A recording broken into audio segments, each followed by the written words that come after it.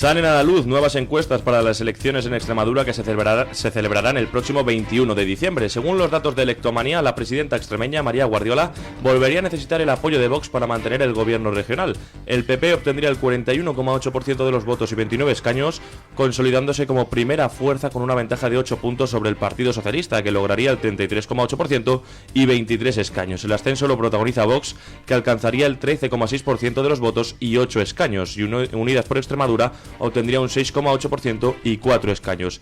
Y según el sondeo DNC Report, publicado por La Razón, el PP alcanzaría el 42,9% de los votos y 30 escaños, consolidándose como la fuerza dominante en la región. Por su parte, el PSOE caería hasta el 33,1% y 22 escaños. El sondeo también confirma la estabilidad de Vox, que obtendría el 11,5% de los votos y 8 escaños. Y por último, Unidas por Extremadura crecería ligeramente hasta el 8% y 5 escaños.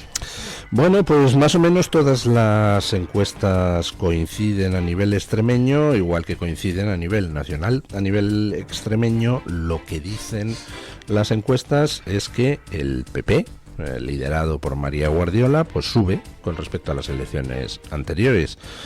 Vox también sube con respecto a las elecciones anteriores.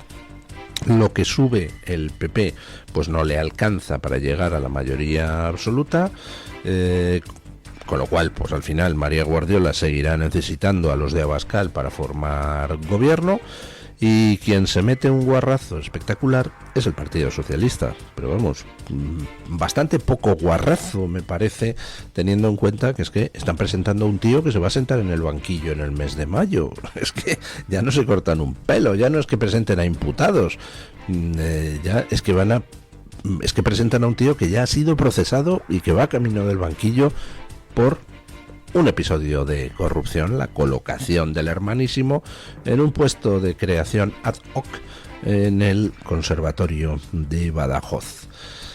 Bueno, yo en esas circunstancias cualquier voto que saque el PSOE me parece demasiado. Pero bueno, en fin, hay gente que vive del momio, hay gente que forma parte de la red clientelar, y luego pues hay gente ingenua, y también hay gente que, oiga, pues tendrá sus razones para votar al PSOE, que no entro ni salgo en cuáles pueden ser y que por supuesto son tan legítimas como las de cualquier otra persona. Pero el caso, que el PSOE se despeña, debería despeñarse más, pero se despeña. Pero caramba, para este viaje no necesitábamos alforjas.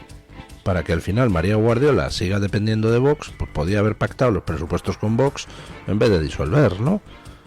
¿O es que va a estar disolviendo perpetuamente? Espero que no. De todos modos, ojo con las encuestas extremeñas, porque esto es el retrato a fecha de hoy. Yo me atrevo a hacer un vaticinio. A fecha del domingo 21, es decir, después de desarrollada esta campaña, se van a acentuar las tendencias que ya se están apuntando. Vox va a seguir subiendo, va a conseguir más de esos 8 escaños que le dan las encuestas, pero ojo, María Guardiola también va a seguir subiendo, fundamentalmente por una razón, porque creo que los dos, Vox y PP, están haciendo lo correcto a la hora de enfocar la campaña. Los dos están pegando bofetadas, pero vamos, sin contemplaciones. Los de Vox poniendo verde a María Guardiola poniendo verdes a los de Vox, y hacen muy bien, porque de esa manera María Guardiola se va a convertir en el voto útil de la izquierda.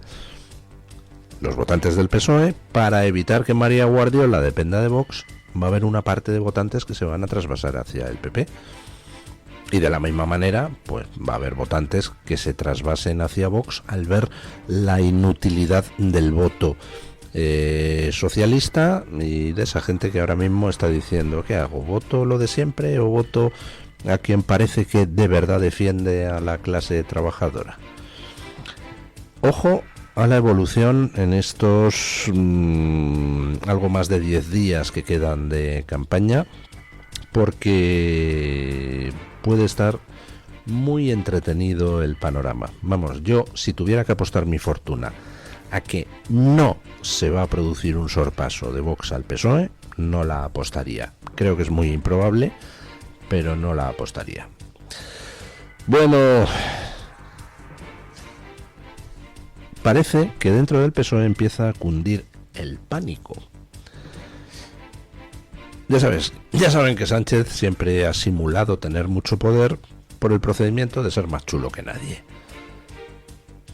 Finge estar seguro de sí mismo, tener la situación dominada, y de esa manera proyecta una imagen de poder que en realidad no es real. El poder que tiene Sánchez es mucho menor que el que le gustaría.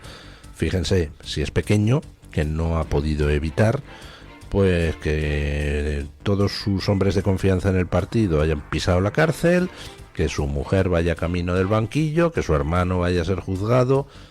Alguien con verdadero poder no habría permitido que esas cosas sucedieran.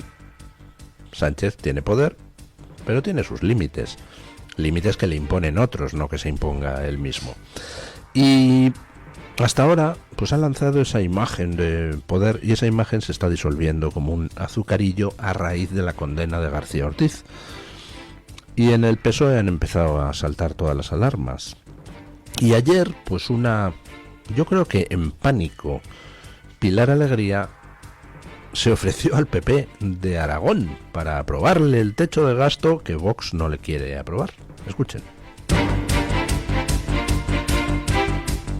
El Partido Socialista de Aragón, liderado por Pilar Alegría, ha tomado la decisión de apoyar el techo de gasto presentado por el gobierno de Jorge Azcón para dar pie a una fase de diálogo que evite un presupuesto dictado por Vox. Y también les avanzo, somos perfectamente conscientes de lo que estamos planteando, de la seriedad de lo que estamos trasladando. Y somos, por tanto, conocedores que para poder aprobar este presupuesto, previamente hay que aprobar un techo de gasto. Ya les avanzo que el Partido Socialista facilitará ese techo de gasto. La respuesta del Partido Popular a las palabras de Pilar Alegría no se hizo esperar. El entorno de Jorge Azcón acusa a la socialista de usar su supuesto apoyo al techo de gasto previo a los presupuestos de 2026 como una táctica para evitar unas elecciones anticipadas que beneficiarían al PP y aterrorizan al PSOE. Bueno. Pues ahí tenemos al Partido Socialista ahora ofreciendo al PP apoyar el techo de gasto en Aragón. Y el PP ha dicho, jaja, eso demuestra que tienen miedo. Vamos a ver, señores del PP de Aragón, ¿podemos ser un poco serios? Hay otras regiones, hay otras comunidades autónomas donde el PP, pues al final ha llegado a acuerdos presupuestarios con Vox. Vox tiene los votos que el PP necesita y pone sus condiciones. Oye, que se acabaron las subvenciones a los sindicatos come gambas. Oye, que se acabó lo de subvencionar ONG que trabajan por el cambio climático en Burundi. Oye, que se acabó lo de traer menas.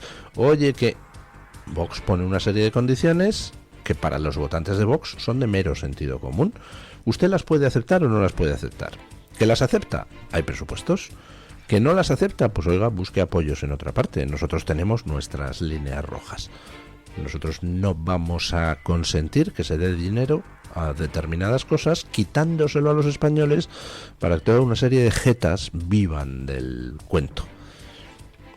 Hay presidentes de comunidad autónoma del PP que han entendido perfectamente y que han llegado a acuerdos con Vox.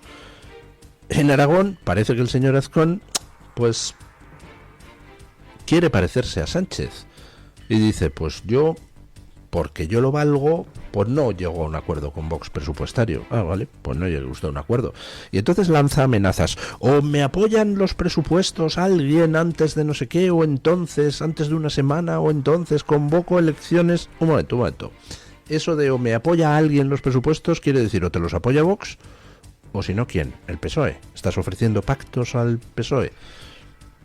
Bueno, pues el PSOE te ha recogido el guante. Dice Pilar Alegría que venga, aprobamos el nuevo techo de gasto, que es el paso previo a los presupuestos. Y entonces ahora dice el PP, ajá, eso demuestra que tienes miedo. Oiga, aclárense. Vamos a ver, ¿quieren ustedes tener presupuestos? ¿Sí? ¿No? ¡Sí! Pacten con Vox. No quieren pactar con Vox. Pues pacten con el PSOE. Tampoco quieren pactar con el PSOE. Oiga, pues disuelva y convoque, yo qué sé, haga lo que le dé la gana. Pero no maree. ¿Que quiere usted lanzar un órdago como María Guardiola? Pues láncelo. Ahora mismo le pillaría al Partido Socialista en horas bajas, así que a lo mejor era un buen momento de intentar, que es lo que está intentando María Guardiola, conseguir una mayoría absoluta, pillando voto del Partido Socialista para no depender de Vox. Oiga, hágalo. Desde luego no seré yo quien le atice por ello, señor Azcón. A mí me parece bien que cada cual mantenga sus sus posiciones ideológicas. Vox pone condiciones para aprobar los presupuestos, condiciones ideológicas. El PP, pues, por lo que sea, no las quiere aceptar porque tiene sus propios posicionamientos ideológicos, pues estupendo. Entonces, o pacta con el PSOE o convoca elecciones. O prorroga presupuestos, yo qué sé. Pero no mareemos la perdiz. Que no pasa nada por llegar a acuerdos, pero tampoco pasa nada por no llegar a acuerdos. La vida es así, a veces uno se lleva bien, a veces uno se lleva mal, a veces uno pues puede ceder con determinadas cosas, a veces no puede ceder, yo qué sé. Ahora, lo que sí está claro es que el PP tiene razón en una cosa, que en el PSOE están cagaditos de miedo.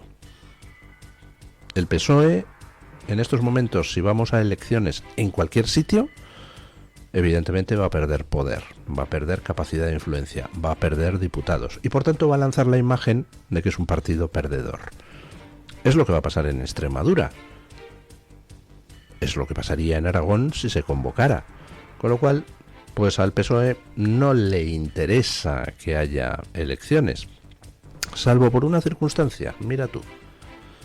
Si hoy se celebraran elecciones en Aragón, el PSOE perdería unos cuantos escaños. Un puñado, 6, digamos. Estoy hablando al azar. Pero es que si se convocan cuando toca, es decir, en 2027, en lugar de 6, van a perder hasta los calzoncillos en Aragón. Con lo cual, hay veces que lo mejor es dejar la mesa de ruleta, decir, ya he perdido demasiado hoy, y pirarte. Porque si sigues jugando, pues vas a perder más. Con lo cual, pues no sé yo si estoy muy de acuerdo con doña Pilar Alegría cuando ella piensa que al PSOE no le convienen elecciones en este momento. A lo mejor es cuando más le convienen elecciones, porque en cualquier fecha posterior el resultado va a ser peor. Bueno, señores, tenemos una acusación a Sánchez de hacer una gestión antidemocrática y corrupta. Resulta que esa acusación no es aquí en España. Quien acusa a Sánchez de hacer una gestión antidemocrática y corrupta, ojo, en la Internacional Socialista, es el PRI mexicano, el partido PRI de México. Escuchen. El Partido Revolucionario Institucional de México acusa a Sánchez de hacer una gestión antidemocrática y corrupta. Por eso el partido mexicano ha publicado una carta muy dura en la que lo acusan seriamente y anuncian que iniciarán procesos para denunciar supuesta corrupción dentro de la organización socialista. En el Partido Revolucionario Institucional no vamos a abrir la puerta a una sola injusticia, no seremos ni testigos ni cómplices de los atropellos que ocurren en el interior de la Internacional Socialista, destacó el partido mexicano. Oiga, qué curioso, esto se produjo todo este rifirrafe hace unos días cuando Sánchez estuvo en la cumbre en Malta de la Internacional Socialista y no había trascendido el tema, pero en estos momentos están a bofetadas. El PRI ha denunciado la gestión antidemocrática y corrupta de Sánchez al frente de la Internacional Socialista y la Internacional Socialista lo que ha hecho ha sido expulsar al PRI. Vaya. Y el PRI mexicano dice que va a presentar denuncias en los lugares donde corresponda con respecto a esa gestión antidemocrática y corrupta. Ya saben ustedes que una de las cosas que Aldama va diciendo es que Sánchez compró el liderazgo de la Internacional Socialista con el dinero venezolano. Y yo no sé si es cierto o no es cierto, pero bueno, verosímil es. Y ahora estas denuncias de gestión antidemocrática y corrupta, donde también creo que en la carta se menciona Venezuela, pues vamos a ver en qué terminan. Pero ya no estamos hablando solo de que aquí en España se denuncie la gestión antidemocrática y corrupta de Sánchez, es que ya se denuncia fuera. Y esto puede estar muy entretenido por la sencilla razón de que dentro de España Sánchez puede comprar el silencio de muchos medios a base de pasta. Fuera de España ya está más complicadito. También se compran medios fuera de España, pero no se los puede comprar todos. No tenemos tanto dinero los españoles para poner en la propaganda de Sánchez. Bueno, ya saben ustedes que decía Mao Zedong que el camino de 1000 kilómetros comienza con un primer paso. No sé si la frase es suya o él estaba citando a algún pensador chino anterior, pero la verdad es que la frase está bien. Da igual que el camino sea de 1000 kilómetros, siempre va a empezar del mismo modo, con un paso. Que en lugar de 1000 son 2000, empieza del mismo modo, con un paso. Vamos, que si tienes al final un objetivo, pues lo que tienes que hacer es andar el camino. Te costará más o te costará menos, pero la única manera de llegar al objetivo es comenzar con ese primer paso. Bueno, pues acaba de comenzar un camino que posiblemente lleve tiempo, pero que terminará conduciendo al bien. Por primera vez ha habido 10 países en la ONU que han votado en contra de prorrogar el mandato de la Agencia de la ONU para los Refugiados de Gaza. Vamos, esa organización pro Hamas que albergaba a terroristas de Hamas con el pretexto de la ayuda humanitaria. Escuchen. La Asamblea General de las Naciones Unidas votó para extender el mandato de la UNRWA. Por primera vez, Alemania, Italia, Hungría, Chequia, Bulgaria y Letonia no apoyaron la renovación del mandato y otros 14 países se abstuvieron en la votación. Recordemos que la UNRWA es la ayuda a los refugiados de Palestina a alcanzar su máximo potencial en desarrollo humano. Bueno, la UNRWA, esa organización corrupta que ha canalizado la ayuda internacional que supuestamente iba a los gazatíes y al final para lo que se empleaba era para construir una infraestructura terrorista desde la que atacar a Israel.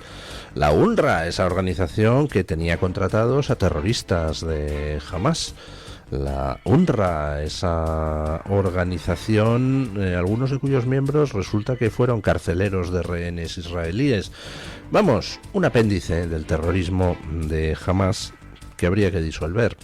Hasta ahora, siempre que se había votado la prórroga del mandato de esta agencia de la ONU, solo había habido un país que votaba en contra, que era Israel. Bueno, pues ahora resulta que ya son 10. Por ejemplo, se han añadido Alemania, Hungría, Letonia. Como les decía, todo camino de 1000 kilómetros empieza con un primer paso. Está bien que se hayan unido otros 9 países a Israel para pedir que se disuelva esta organización proterrorista que es la UNRWA. Esperemos que en la siguiente votación, en lugar de 10, sean 50. Y poquito a poquito lograremos expulsar a los terroristas de los organismos internacionales. Y si no, pues a disolver la ONU, que tampoco pasaría nada, y la sustituimos por una organización de estados democráticos. Porque a mí esto de que las dictaduras apestosas, por muy sanguinarias que sean, tengan los mismos votos que España, pues ¿qué quieren que les diga? No me parece ni medio normal. Bueno, en Nepal recordarán ustedes que hace algunas semanas les informé de que había habido una revolución de estas que llaman de la generación Z, de los jóvenes.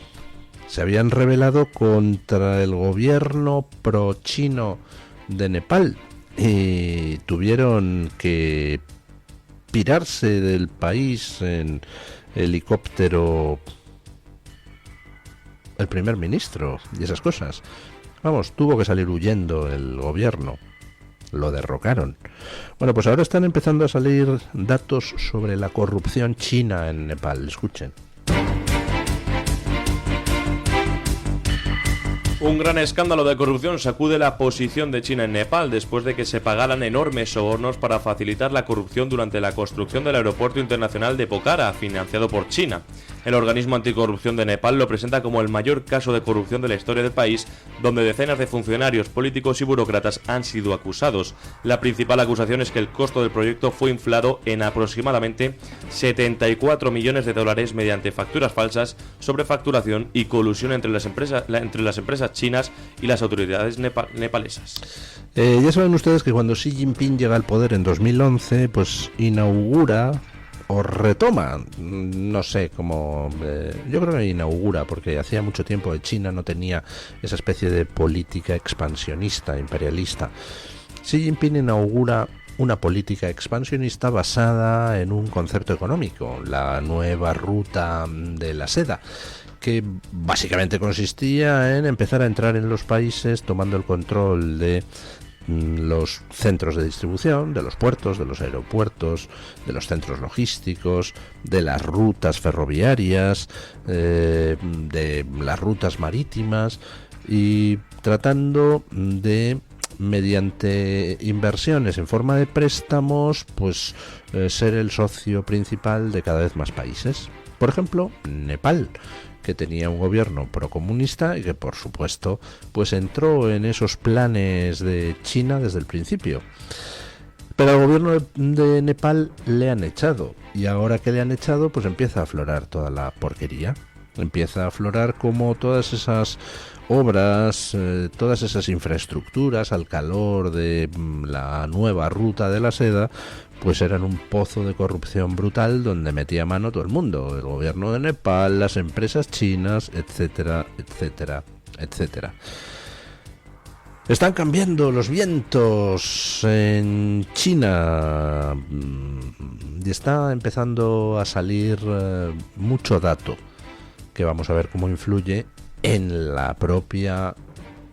propio equilibrio de poder dentro de China. Ya saben ustedes que los rumores son que Xi Jinping ya no manda, que en realidad le han dado un golpe de estado, como demostraría el hecho de que se ha empezado a purgar a generales próximos a Xi Jinping, que le mantienen a Xi Jinping todavía como figura decorativa, pero que ya se han abandonado sus políticas. Hay distintas cosas que apuntan a que los tiros van por ahí, pero yo qué sé, la política china es tan hermética como era la política de la Unión Soviética hace tiempo, donde había pues analistas internacionales que tenían el título de kremlinólogo, porque eran los que escudriñaban el Kremlin y según cómo estuvieran ordenadas las palabras en el Pravda, o según cómo fuera de acentuada la sonrisa de medio lado de no sé qué tío del gobierno ruso, pues extraían conclusiones sobre cómo estaban las luchas de poder internas y tal. Bueno, ya veremos a ver cómo evoluciona el tema. El caso es que está bien que empiecen a salir datos sobre cuánto hay de corrupción detrás de esa política económica imperialista de China.